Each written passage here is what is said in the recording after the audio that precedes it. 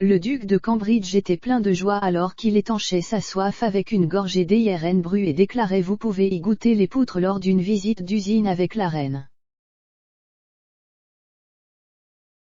William a rejoint sa grand-mère à l'usine Argent Bar près de Glasgow alors qu'il ouvrait officiellement le nouveau centre de traitement de la société de boissons gazeuses.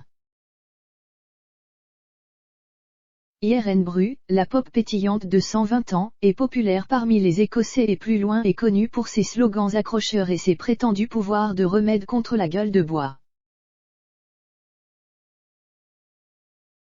Après avoir visité l'usine, le duc s'est vu offrir un verre et le directeur commercial Jonathan Camp lui a demandé s'il avait essayé Yeren Bru lorsqu'il était étudiant à l'université de St Andrews à Fife. Il a répondu, pas St Andrews. Mais William a déclaré que la boisson gazeuse faisait souvent partie des déjeuners pendant son séjour dans les forces armées.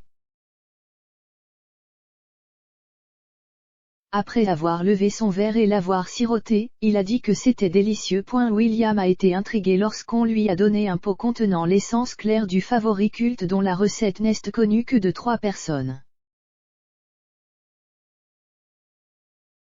Après avoir reniflé longuement, le duc dit: j'essaie de deviner ce qu'il y a dedans, mais c'est assez difficile, n'est-ce pas? La boisson a été conçue pour étancher la soif des métallurgistes de Glasgow et considérée comme un moyen sain de stimuler l'énergie car elle contient beaucoup de sucre et de caféine. Il dépasse les ventes de Coca-Cola en Écosse à un rythme estimé à 20 canettes par seconde et est l'un des rares pays au monde où la marque américaine n'est pas le N-1. Le duc et la reine étaient tous deux de bonne humeur pendant leur visite. Il s'agit du premier voyage de la monarque au nord de la frontière depuis le décès de son mari bien-aimé, le prince Philippe, en avril. La femme de 95 ans avait l'air radieuse lorsqu'elle a rencontré des travailleurs dans un ensemble bleu saisissant. Elle et William, connus sous le nom de comte de Strathearn en Écosse, célèbrent la semaine de Holyrood, également connue sous le nom de semaine royale. La reine tiendra des engagements célébrant la communauté écossaise, l'innovation et l'histoire.